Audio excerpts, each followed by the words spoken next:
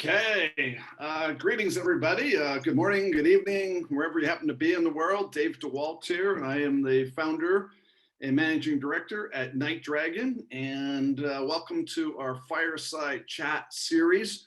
Although I got to probably come up with a new name of Fireside Chat since the company's called NightDragon. Maybe it'll be like Night Vision or Night something. So anybody out there, help me with some titles. We've been doing a lot of thought leadership pieces here with some amazing guests. And today's guest is unbelievable. Super excited to have Theresa Payton here with me. Thank you, Theresa, for joining. I believe you are one of the most influential people in cyber and just an absolute kick-ass executive, not just a woman, kick-ass cyber executive, but kick-ass executive. You're a founder of your own company, CEO, former White House CIO. You've been in a lot of interesting situations. You're the author of a very cool book that I've read called Manipulated, and we'll talk about that a little bit. And you served in banking, Bank of America, Wells Fargo, and I think you forgot more than most people know in cyber at this point. So I'm really honored to have you here. Thank you for coming on the chat here. Yeah, Dave, thanks for the invitation. I'm really looking forward to the conversation today. And I think I need to pay you to be like my hype man when I go out on the road and go to meetings. I'll just be like, Dave's going to do my intro. Thank you.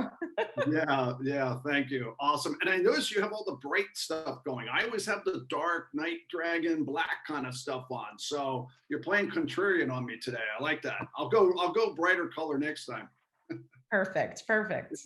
Thank you. Hey, I want to start out. I really love your background. And my first question is something that, you and I share a little bit. I've served now 4 administrations with the White House, TSSCI cleared, and been in the situation rooms, the big sit, the little sits, and even had the POTUS in those rooms at times for briefings. And I know you have as well. I kind of want to start out, if I could, as like macro view. You've been in those rooms. You've been part of those briefings. If I were the POTUS, or you're talking to the President of the United States right now, how would you characterize the cyber domain, kind of what's going on? Big question here, but like, what would you say to somebody like our current president? Yeah, it's interesting, Dave. I had the opportunity to actually see President George W. Bush late summer, right before the pandemic. And we were talking, and one of the things he said to me was like, the cyber really heated up and accelerated, didn't it, after we left office? And I said, yes, sir, it certainly did. And, I think that really sets the stage for kind of your question today, which is, how to advise a sitting president about these very serious issues. And one of the things that I would say to him while advising President Biden would be, for starters, a lot of great work has been done. And he knows that from his time on the Hill, that a lot of great work has been done. But the problem is, as we retool and reimagine on the good guy and good gal side of the equation, the cyber criminals and the nation state cyber operatives, they just retool and reimagine as well. And in some regards, they seem to do really good intelligence work on what we're doing, and they seem to anticipate it and be ready with their retooling before we're even ready for them. So there's a lot of wins under our belts. My biggest recommendation to him would be is going to the international community and really hammering out a true cybersecurity accord. Really updating it, making it fresh, leaving it so that it's dynamic, and creating a spirit of cooperation across all countries that says, an attack against one company, one government organization is attack against all of us. And really creating those accords, just like we have in the kinetic sense. You can't just, like Canada can't just start flying planes in America's airspace without permission. China can't enter into our sea lanes without our permission. And when they do, we have international accords hammered out for that. Those have been decades and decades in the making. We sadly don't have the same thing on cybersecurity. The other thing I would advise him, as he's meeting one-on-one with Putin, with the translators and advisors there, is don't get roped in. So we have, former KGB, very smart. It wasn't lost on me that Putin made the comment of, I'd be willing to give up Russian cyber criminals if you're willing to give me yours. And it's not lost on me. That was a trick. It was a trap. Even though we're going to say no, he's basically saying, well, I tried. I put something out there and you said no. So I guess there's no place to negotiate. He's not going to say it in as plain of terms, but that would be my biggest thing, which is don't be tricked. Make sure you go in with a group of people, arms locked, and make sure you've got that seawall set up for those negotiations. Yeah, I love what you're saying, Teresa. Obviously, it makes me think back a little bit because, I always talked about for 20 years, I called it the perfect storm. And that perfect storm was this cyber domain that was unlike every other domain that mankind has ever discovered. When we discover lands or oceans or air or space prior, what happens is the world conflicts over those domains. But one big difference was you could see the whites of your enemy's eyes in all those other domains. Here we have a cyber domain where obfuscation and anonymity and technology innovation and inertia, with all the geopolitical tensions wrapped around it, you can hide behind other flags, you can hide behind a lot of different things in this world. And we know, particularly as you said with Russia, I call them the three S's, at least for me. When we talked about this, I talk about directly sourced from nation states. I talk about sheltered by a nation state, and then a shell organization of a nation state.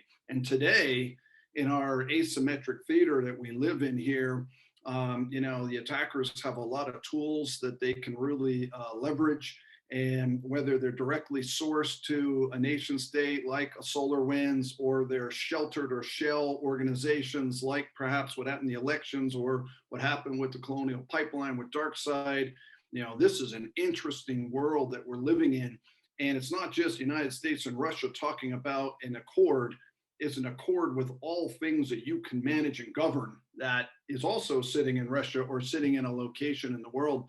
And it made me really think about, what we can do in this world. Transition for a second, because I think you wrote one of the coolest damn books. I'm just going to say, Manipulated. If you haven't read it, you should. I ordered 5 copies, by the way, just for the record. Awesome. I did that last summer, and I thought it was really interesting because it was kind of the state of where we're going. Now, I always said, we had these nuisance attacks early in my career when I was CEO of McAfee, quantity-based attacks that led to quality attacks, APTs, espionage, kinds of things. And then along this little thing called information warfare. Talk a little bit about that and kind of some stories or how you see information warfare today, because that's here to stay, isn't it? It is here to stay. And, it's interesting, Dave. I mean, espionage campaigns and propaganda campaigns have been around a long time. As you saw in the book, I kind of did a little history around the world and, how the ancient Greeks used propaganda. And what's interesting, for people to understand is the misinformation, disinformation, manipulation campaigns that we see playing out today on social media.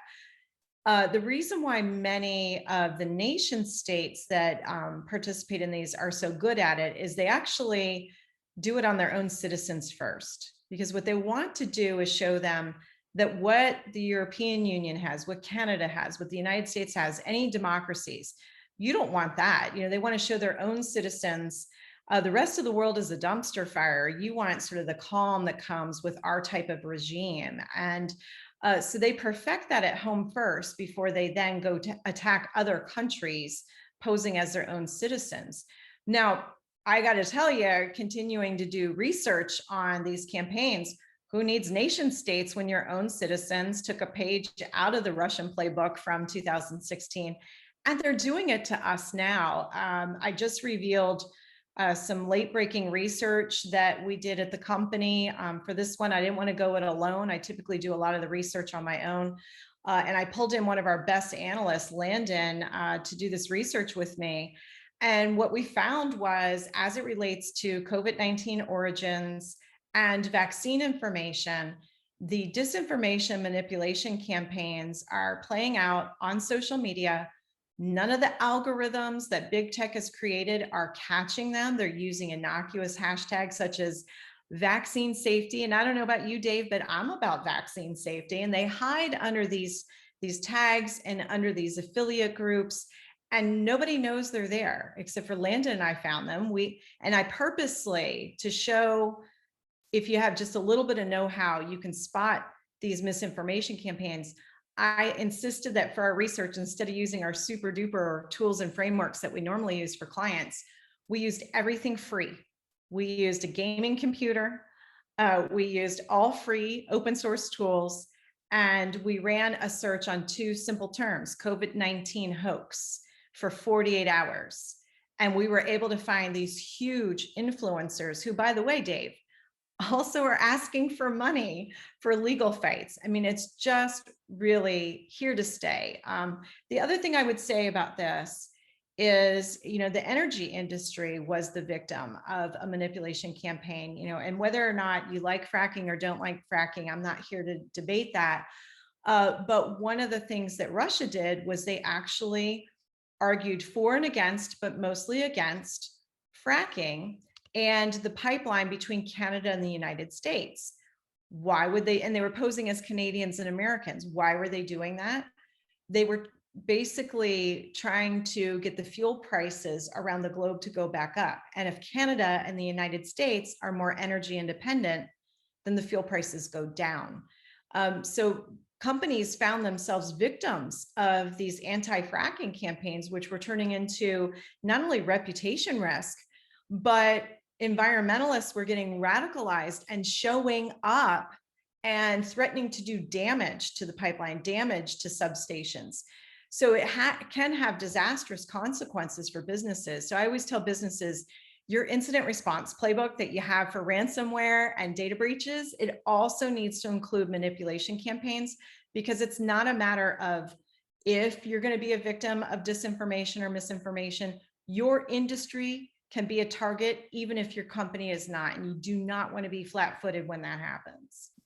By the way, I can't agree more with you. And I thought your title of your book it had many sides to it in my mind, because when I first read it and was focused on it, I was thinking, well, it's all about information campaigns or disinformation campaigns to manipulate the psyche of the people, especially coming out of 2016 elections.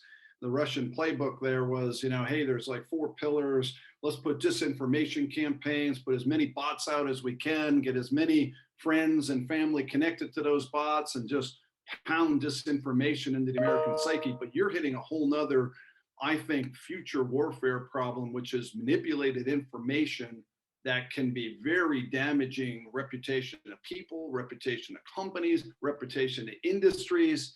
And you're getting to the point where it's very, very difficult to, detect and respond to manipulated information. I mean, what can we do as a society here, Theresa, to work on this problem? How do we work on content integrity, reputation of authors, the speed and virality of information that we're now seeing, the amount of channels we digest?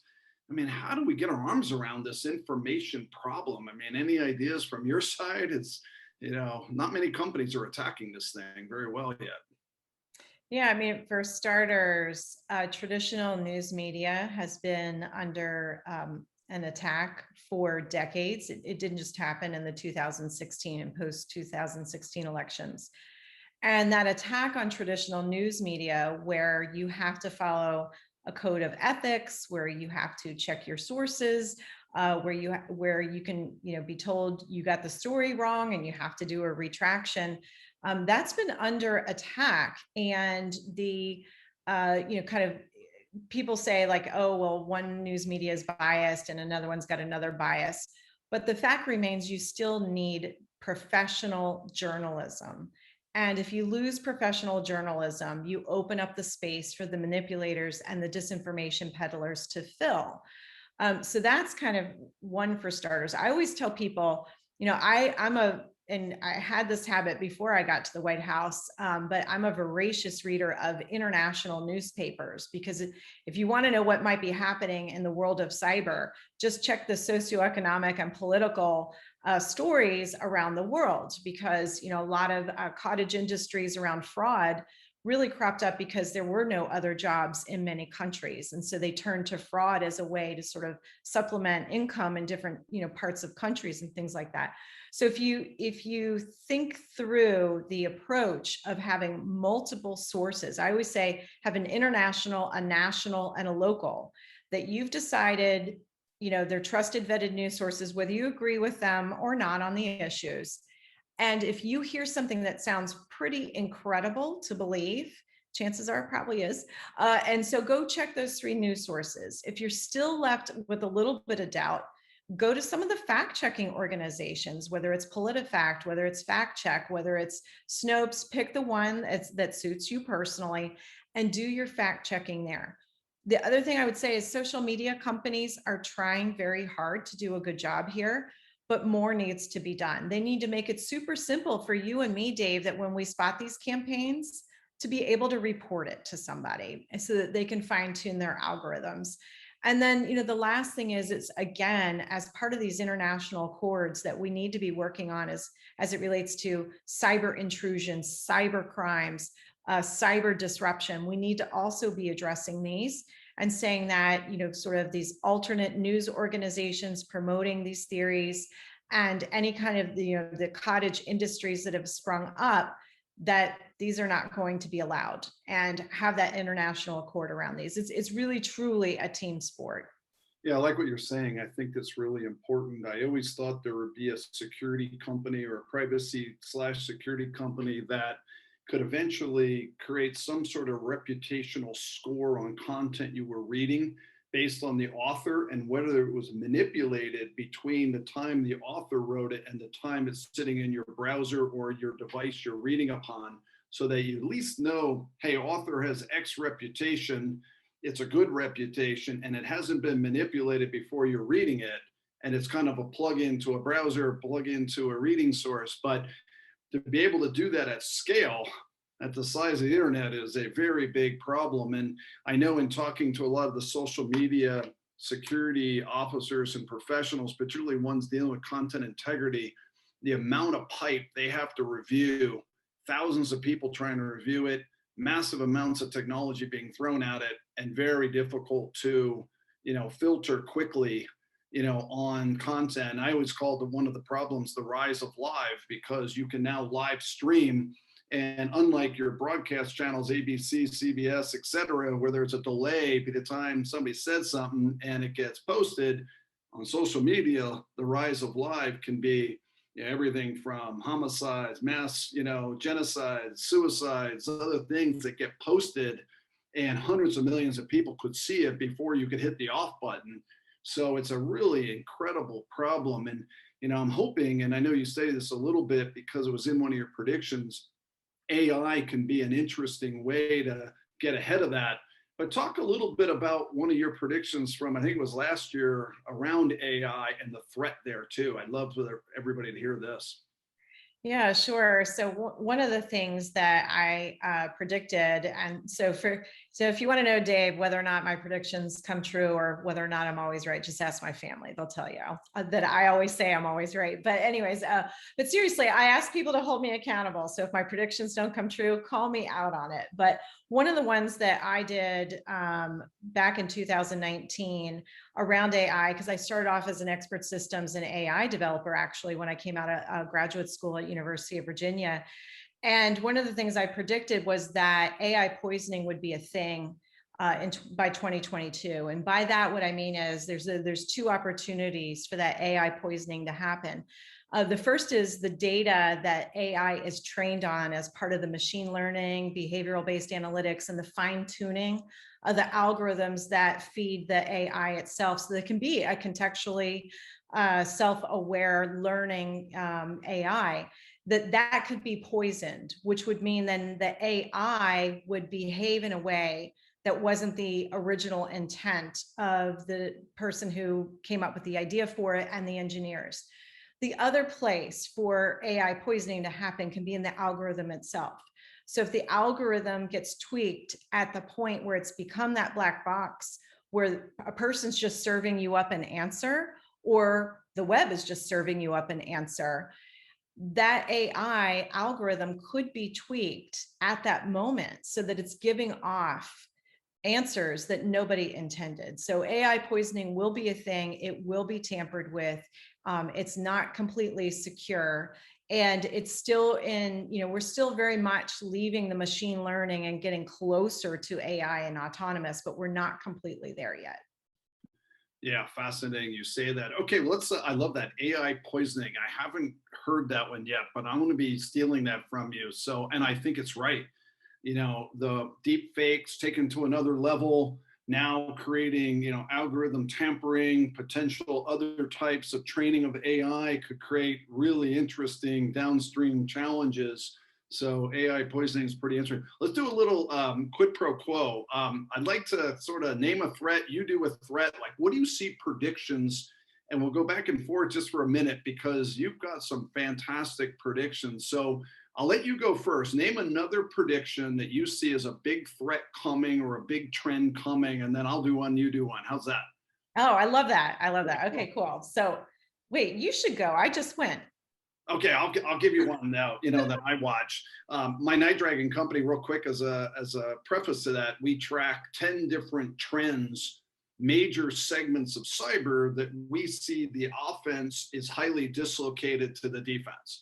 So one of our themes of investment and advisory is where's the biggest capability of offense and where is the lowest defense? We look for the gaps and off we go.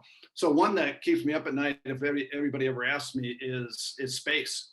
And I often talk about, space as this next frontier of cyber. And we're watching, of course, almost everything from my watch to my car to my things in my house connect up. And these SATCOM links that are connecting to everything. We now have 3 major layers of satellites, most of which are private company launches. These are low Earth orbit, near Earth orbit, and geo orbit. And we've watched, I think it was in the history of satellite launches up to 2018, it was 1,536 or so, don't quote me exactly, launches of satellites into space. We're launching thousands. We're going to launch over 9,000 of them this year alone. And of course, they're doing everything to connect your world, Earth observations, things like that. And when you say where is a risk and a threat, is how are we hardening these satellites? How are the communications? How are we authenticating? Of course, every couple hours, a new satellite by a new nation state flies by you, and it creates a whole new internet in space. And I was glad to see the last administration really launched the Space Command, but I feel like we're in inning 1 of a 7-inning game in the world of space threats, connectivity, spoofing, GPS spoofing, time protocol spoofing. If those of you who are familiar with our time protocols, you alter time by even a second or a minute, you're affecting nearly everything on this planet. And it's a very vulnerable protocol, I'll just say. And it's really interesting to watch what's happening in space. So your turn. Okay, no, that was awesome. So can I digress for a moment? Because you just Sure. made me think of a funny White House story. So I don't know if people realize my children were quite small when I was working at the White House. And we had decided before I got the job at the White House, we had already planned a cruise over Christmas time. Now, you can imagine if you've got a White House job, being on a cruise ship is really not ideal for staying in touch, because vacation just means you're not actually on, the 18 acres proper, but you're still available as the CIO.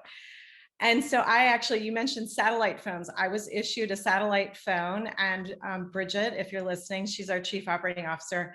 And she was one of a few people that every day I'd have to, so I went to the bridge and I said, I can't really say what I do, but I work for an organization where I need to check in on a regular basis on my satellite phone, showed them my government credentials.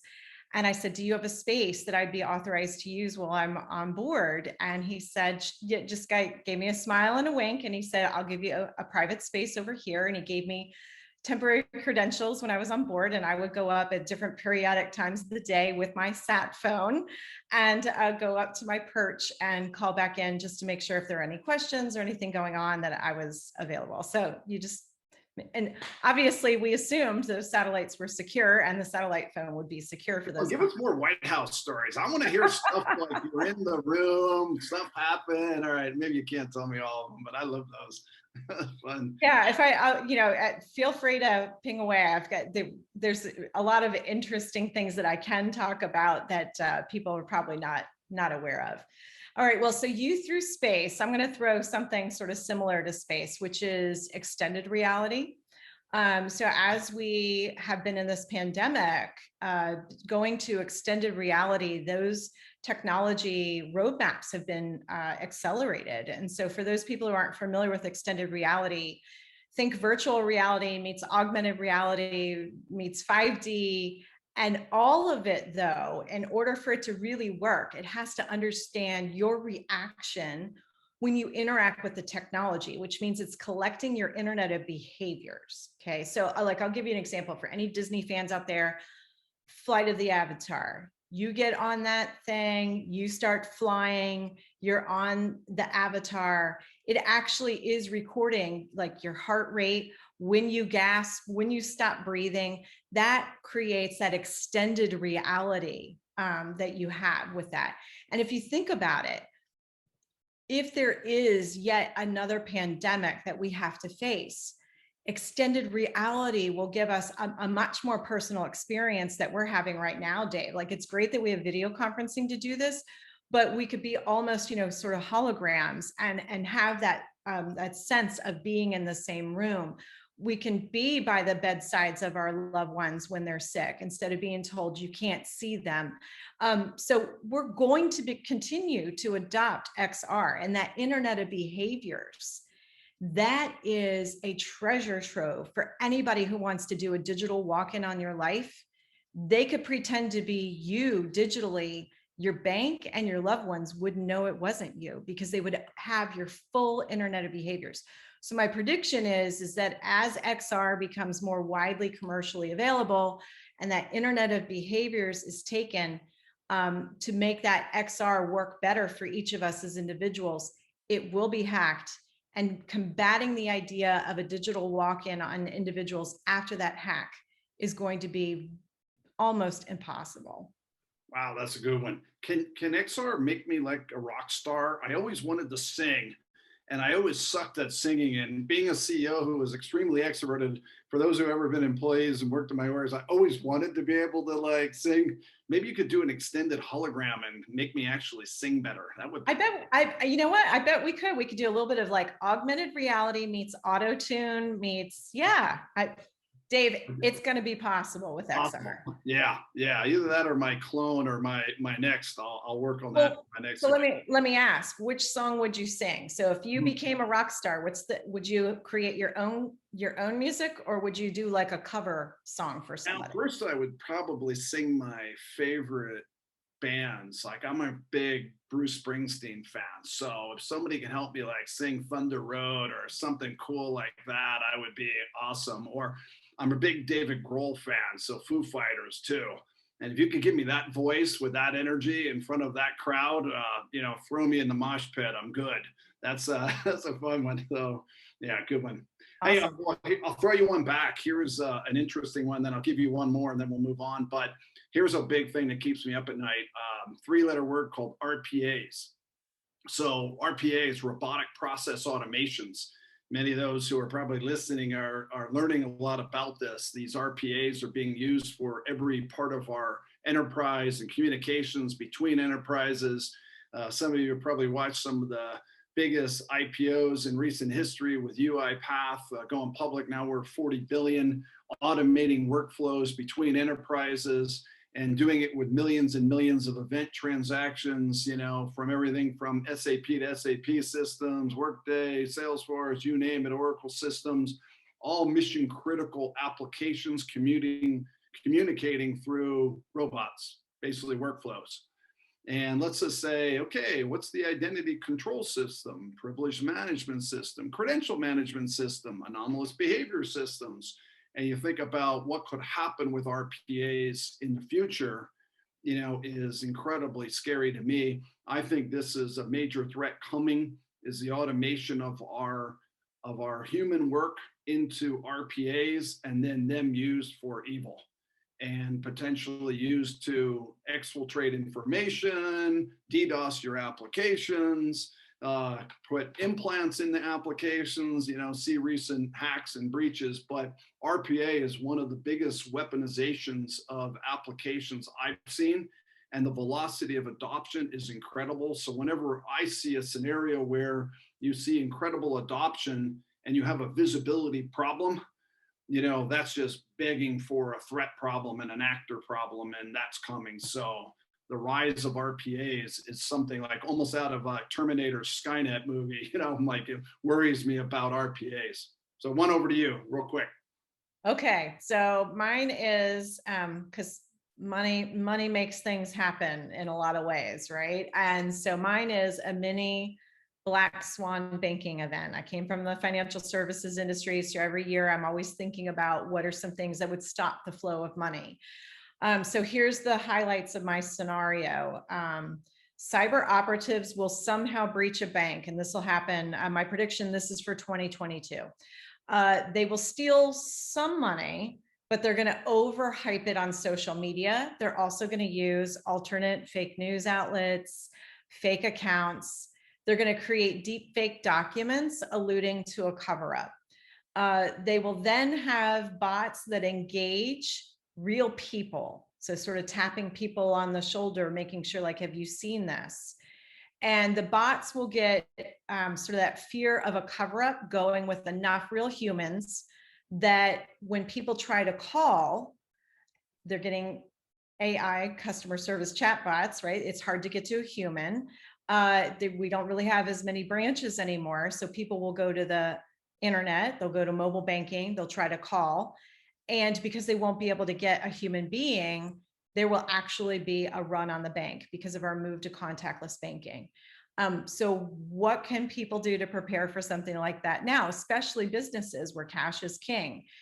Talk to your banks and ask them if there were ever, so they're going to think this scenario is not going to happen. So maybe say to them, look, if a hurricane were to knock the banks offline for an extended period of time, what would you recommend as my backup plan? Or consider having more than one financial institution that you have, and consider other funding options if this prediction comes true in 2022. I like that. Wow, that's scary. Actually, is it cocktail hour yet for that one? Is that the name of your new book, Black Swan? I'm a little nervous of that one. Wow, pretty interesting. Good segue, because talking about banking and recent attacks, especially what we've seen with Colonial and JBS and stuff going on with ransomware, and what do boards do here to pay, prepare, now with crypto being such an anonymous sort of currency to pay, it's an interesting era we're heading towards, because we're getting glimpses of the ransomware operatives, how advanced they are, what kind of command and control servers they're using. Being a former FireEye Mandiant, CEO, I know how good the Mandiant teams are trying to bring down and restore that, how hard that is, and what's going on. It just shows what asymmetric theater we're in with ransomware. What do you think we should be doing? I mean, again, policy from the top, president from the top, executive orders. I mean, do we pay these ransomwares? Do we come down harder on them? Like what? How do we begin to get our arms around some of that that's going on? Every board in the world is having a ransomware risk conversation right now about what to do. Curious your thoughts there. Yeah, so, coming from banking, one of the things that I was trained to do was follow the money, and had responsibility for making sure that if any type of, if you think about money launderers, right? So the problem with paying ransomware is we don't know what we're funding. Maybe we're funding a new Lambo for a cyber criminal syndicate, but what if we're funding something worse? What if we're funding human trafficking? What if we're funding, gun running, illegal drugs that could be dangerous on the streets? we don't know where the money is going, and we don't have the capabilities and the resources for every single ransomware case to follow the money to find out ultimately what are we funding here. So I am very concerned when I hear that companies are backed into a corner. I do not judge the victim. I do not do victim shaming. I get really frustrated that whenever there is some type of a cyber incident at an organization, there's always a rush to blame the victim. And it's very, very frustrating and distressing to see, especially if they end up being, somebody who I meet because they're going through an incident response and they need our assistance. And so I don't blame the victim, I blame the system. What I am hearing from victims is that from time to time, they are starting to be told by their cyber liability insurance that the perception is cheaper to pay the ransom than to pay for the loss of productivity and the downstream financial impacts by having an outage and recovering from backups, as well as the extortion aspect. So I have actually had a victim tell me that their internal and external counsel started doing back of the napkin calculations of all of the regulatory fines, the potential lawsuits, and all of the downstream impacts. And they said, we think the ransom's cheaper to pay than going this route. That to me is unacceptable. And so we have to fix the system. And so let's stop the victim blaming. Let's also create and revisit, why did we create a system where we wanted these huge fines? Because we didn't think businesses took cyber incidents seriously enough. Well, now we know most of them do. So how do we create almost a safe harbor? Like if you spent, X amount, tried to do the right thing, fell short and something bad happened, how do we allow some safe harbor as it relates to penalties so that we don't have to pay? But then Dave, I'm firmly convinced, some of the best and brightest minds in the world live in America, and out of the box thinking here. So for example, I would love to see us stand up a rapid response team that when you call them, they're like, look, we'll get you decryption keys in 2 days. They may not all be perfect and elegant, but it sure as heck is better than paying these bad guys. And if they dump your data on the internet, to have a rapid response team to come around them, to help them get through the challenges with that data being dumped, scrubbing the internet, contacting the domain name, saying, take it down, take it down. So there's a lot that can be done, but it is going to require putting the best and brightest minds together to say, what are we trying to solve for here? And just saying more tools, more time, and companies should do better is not a winning strategy. Yeah, I love what you're saying. I mean, again, if we don't get after the root of these problems and these actors and these crime groups, like I said, the shell and sheltered organizations of certain governments around the world where they can operate freely, it's only going to escalate. Colonial Pipeline was one example, but over time, they're going to study the threshold of pain. That pain threshold is going to continue to be tested, and the amount of ransom requests and dollars are going to continue to go up, until which time you're like, just pay the ransomware, tens of millions, $1 billion. Where is the limit of paying this sometimes based on the productivity loss of a pipeline or the productivity loss of something critical in our infrastructure? If you don't get after the root of that, that is really key. And I like what you said, Theresa, about some sort of 911 service or some sort of dial this number, hit this button and get help, because the government needs to step in here a lot more than currently are. And I give a lot of credit to the FBI and the various crime organizations and law enforcement. I know how taxed they are and what they're doing, but they're ill-equipped sometimes, technologically speaking. And this is a great public-private partnership opportunity. And I, for one, also really believe there's a lot boards can do and executives can start to do to understand the ransomware risk, educate their employees, their organizations around that risk. I mean, just think about, well, what happens? You're on social media, you're on LinkedIn, you say you're an IT administrator for the Colonial Pipeline. Hey, I'll send you a DM on LinkedIn. Hey, click on this link, download malware, steal keylogger, get credentials, log in. And oh, by the way, that IT admin has access to the backup systems and the production systems. So segregation of duties really matters here, air gapping those systems, all basic hygiene. like almost Smokey the Bear, wear your seatbelt when driving kinds of things, has to be deployed as a defensive measure too. And then ultimately, we've got to get to the point, like you said, almost like Safety Act kinds of things, where we can protect companies from the liability of this from a government point of view too. And, I only think, unfortunately, somewhat ominous, this is going to get worse before it gets better. And a call out and shout out to a lot of the incident responders who work their butts off. Some of them are doing hundreds of incident responses a quarter right now on ransomware. Thousands of these are occurring on a regular basis. It's a pandemic in itself at the moment. And like you said, bright minds need to come together to solve that. So interesting challenges, and I think important. I actually, was imploring some of the crisis communications companies, NACD, the National Association of Corporate Directors, to help put stuff out. What could boards do to put ransomware risk into their ERM dashboards to learn better and try to really understand how to solve this problem and at least begin to respond better when there is a problem? It's an interesting world.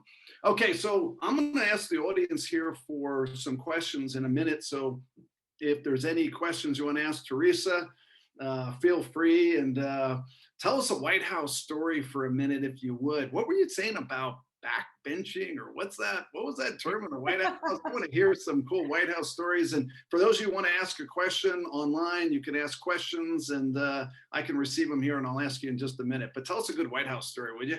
Yeah, sure. Well, so backbenching. So what that refers to is, every once in a while I'll meet somebody and they'll say, "Hey, you look familiar to me. Did we work together?" And you realize you hadn't necessarily. But then I'll say, "Oh, here's how I look familiar to you. I used to backbench these meetings that you went to." So what backbenching means is, typically at the White House, everything is a lot smaller than it looks on Hollywood TV. And many of the rooms, there's just enough room for the table and the principals who need to be at the table having a conversation. But people need to be there to take notes, to pass notes, to answer a question, or do follow-ups. And so that's typically the back bench at the back of the room. And so backbenching meetings is very, very common for political appointees and staff at the White House. So you typically are on the back bench, and you're sort of that, people may call it the fly on the wall, but that in a cyber sense has like a different meaning, right? It sounds like a bug on a wall, or, some type of drone on the wall type of thing. But yeah, so backbenching. One quick story. Want to be on the backbench right behind the President of the United States. I'm just saying that's a pretty good backbench spot, but okay. Yeah, one quick story, and it may have changed between then and now, but I think there's probably still a way they have to do this. I remember when I first, if you think about, like, for Downton Abbey fans, there really is kind of an under the stairs. So there's the usher's office, and the usher's office has this unique responsibility of being like with the modern times, while at the same time there's customs and history, and like there's a reason why you use a certain china versus not a certain china, and a reason why you use a certain silver pattern versus not, depending on who's coming. And so there's a lot of history that goes into the role. But we were also going through a process of modernization while I was there for the usher's office. And I remember when I first was doing a tour to really understand, because I'm very focused on human-centered design. So I always want to understand, what's the mission? How does that person's role fit into the mission? How does the technology really support the user in that mission? And then how do we build security in, so it's more like a warm hug or a safety net around the user versus like something very clunky that's added on. And I noticed, like, in the flower shop, every single last stem, Dave, like baby's breath, roses, ferns, everything had a barcode on it. And the florist would take a stem out, scan it, cut the barcode off, and then start making arrangements. And I'm like, okay, that's interesting. And so then I go into the kitchen, and one thing that's very, very important is whatever the president's like favorite things are, especially toothpaste, that's actually considered very sensitive and confidential information. You would never want bad people to know what like the favorite toothpaste is and certain brands and things like that. And so I'm in there and everything's got barcodes on it. And I'm realizing the barcodes are all look like they're printed from the same place.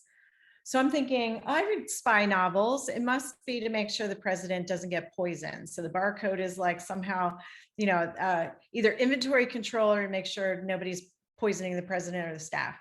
So I go into the admiral and I said, hey, I got a question about all these barcodes. There's barcodes on chicken breasts. I mean, they're on everything in the usher's office. And before it gets used, it gets scanned. And I said, I think I know what it is. He goes, okay, try and take some guesses. So I'm like, is it to make sure people aren't poisoned? He's like, it's actually a pretty good guess, but it's wrong. And I was like, oh, is it to make sure we don't run out of it? Things like you wouldn't want the Queen of England to come visit and we suddenly ran out of filet mignon, right? And he's like, that's also interesting, but not the reason why. I'm like, okay, what is it? And he said, well, Theresa, depending on who eats the filet mignon, it's a certain bucket of appropriations money. Depending on who sees the flower arrangement, it could be a totally different bucket of appropriations money. So we have to make sure everything that's seen, eaten, consumed, digested gets charged to the right bucket of money. Therefore, everything is barcoded so it gets charged to the right place. So that's American taxpayer dollars at work, but that's how they did it. So that's something most people wouldn't know about the White House. I'm impressed with that. Okay, that's something new. Any CFOs listening are probably sitting there going for their companies, I could barcode and charge to departments each item that's in the offices. That's pretty clever. I love that. Okay, we got a couple questions. So the last few minutes, I want to ask you one. Here was a pretty cool question that came in. You're an amazing female leader and influencer in cybersecurity. So for all females, women execs out there, kind of coming from an advice point of view, a lot of companies looking for diversity, not a lot of women in cybersecurity. I'm not sure what the exact percentage is, but let's just say it's not balanced to the world's population. Advice, like opportunity, education. Talk a little bit about your rise in there, advice to other females, women executives. I think people want to hear about that with you. Sure. I mean, I appreciate the question. And what my first answer would be, we need everybody. So we need, men, women, all walks of life, college degree, no college degree.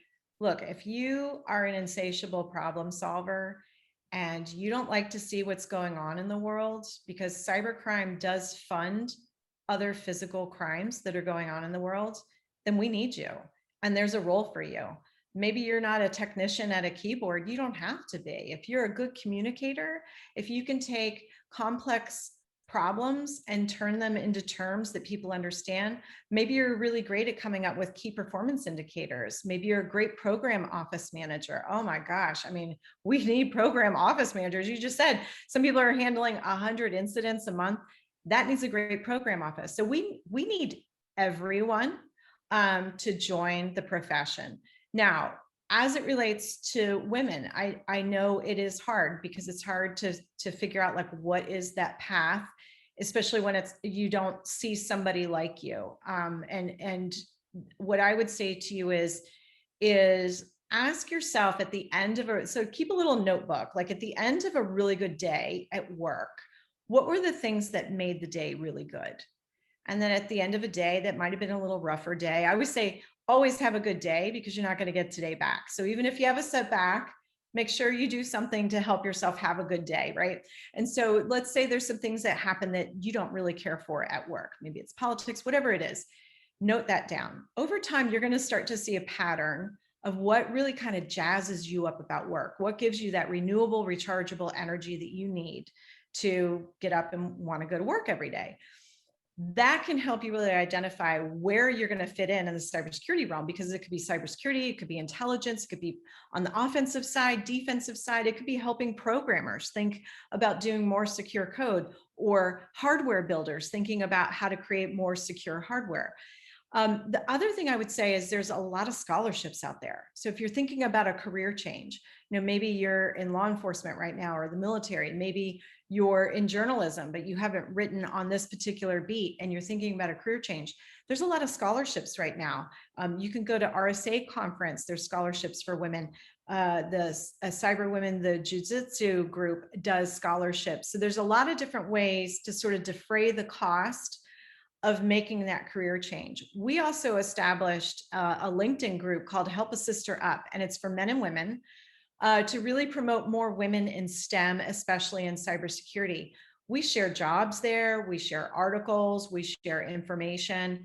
And really what's interesting, Dave, I like to remind people that the fact that there's not a lot of women yet in cybersecurity is a fairly more modern phenomenon, because if you think about the code breakers of World War II, a lot of the code breakers in World War II were actually women. So there is an opportunity for women to find kind of the right role, the right track, but spend the time really thinking about, what really jazzes you up about work. Just jumping into cyber, it's so vast. I would hate for somebody to pick a role, get into it and realize, that's not for me, and think they need to leave the profession when really maybe they just picked the wrong aspect of the profession. That's great advice, Theresa. I really love that. A father of two daughters who are now adults. I've been pushing them into the cyber direction for a lot of years. And, it's just, I always found it's just amazing work area. And I know you feel the same way. I mean, where can you have like the mission of trying to help others? And, I always say, solve world peace, but in a lot of ways, I always felt like things I did really could matter in the world of cyber. And then you get the learning aspect and the money opportunity. And, I try to tell, all, like everybody, men, women, everyone of every nationality, gender, sexuality, come in this space. A lot of jobs available. It's amazing opportunity. It's a future problem you can solve. It's something that we need to solve. It's incredible. At NightDragon, by the way, we also do a lot of programs around talent and talent access. We've announced partnerships with the Athena Alliance and others who have really helped bring women talent into the cyber world. We're doing some other pretty cool things to help, create some diversity into the workplace in cyber. So glad to see great suggestions there. Okay, another one for you. And I think we might only have time for one or two more, but I really want to ask you about your company for a second, because I get to do that here on my show. And I know you've been doing some really cool things. And I didn't bring this up as one of the major threats out there, but something you're doing that I find really interesting is protecting VIPs, protecting executives, protecting important people. And of course, you work with the POTUS, you understand what that's like. And of course, one of the biggest attack surfaces for companies is the executive working at home or working from anywhere, traveling everywhere, and protecting them because they control the keys to a whole lot of LADA. Talk a little bit about Fortalice and your vision for it for a second, and why is a problem we need to solve in this world? Yeah, sure. Thanks, Dave. I mean, everything we do is focused on sort of the concept of human-centered design. And if you think about most of the recent cyber incidents, recycled passwords, a cloud security configuration issue, the technical debt and forgetting that something's there and not being monitored. And so we always focus on the human-centered design and the fact that tools are incredibly helpful because it allows you to automate and scale at a level that you can't do with humans. But really understanding the human element of, well, what's the mission of the organization that needs assistance here? And then offensively and defensively, how are people interacting with the technology? Why is the technology important to the mission and the operations? And then really going through sort of the 3 R's, sort of the resiliency, the redundancy and reliability conversations, and making sure that the cybersecurity and intelligence maturity really supports that and supports that risk versus reward trade-off that goes on. So we do offensive work. So we love to do threat hunts and do offensive cyber operations, based on rules of engagement with our companies and individuals. But we also help our clients in their time of need. If they have what they believe could be a cyber incident, we do incident response work and we do forensics and cleanup.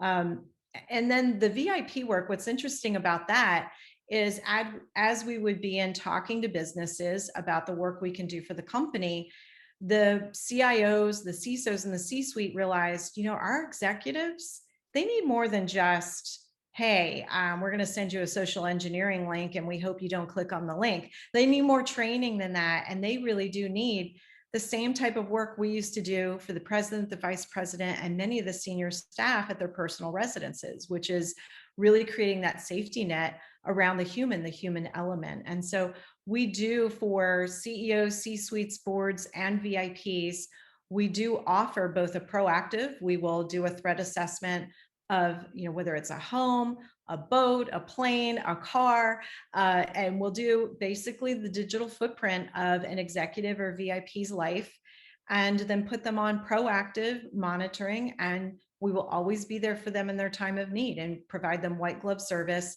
to basically handle, the different digital disruptions that happen, because our lives, there really is no I'm on the grid and off the grid for the most part anymore, right? And so really just helping them, allowing the VIP to be who they are and get the job done, and sort of being behind the scenes, working very much hand in glove with the physical security team and their company's corporate security team, to make sure that personal, that human side is actually taken care of.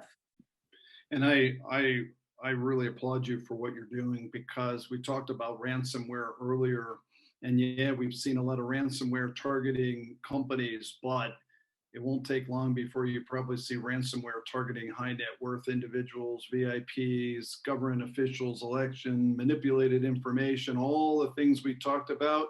And executives and important people have to protect themselves. And let's just say your home, your workplace, there's a lot of places you can be attacked. So wonderful that you're building a cool company. Fortalice, thank you for doing that. And by the way, thank you for coming on our show. You are absolutely amazing. I wish you all the best. And we have so many more questions, Theresa, but we'll get back maybe on email to certain people and say thank you. So thanks for coming on.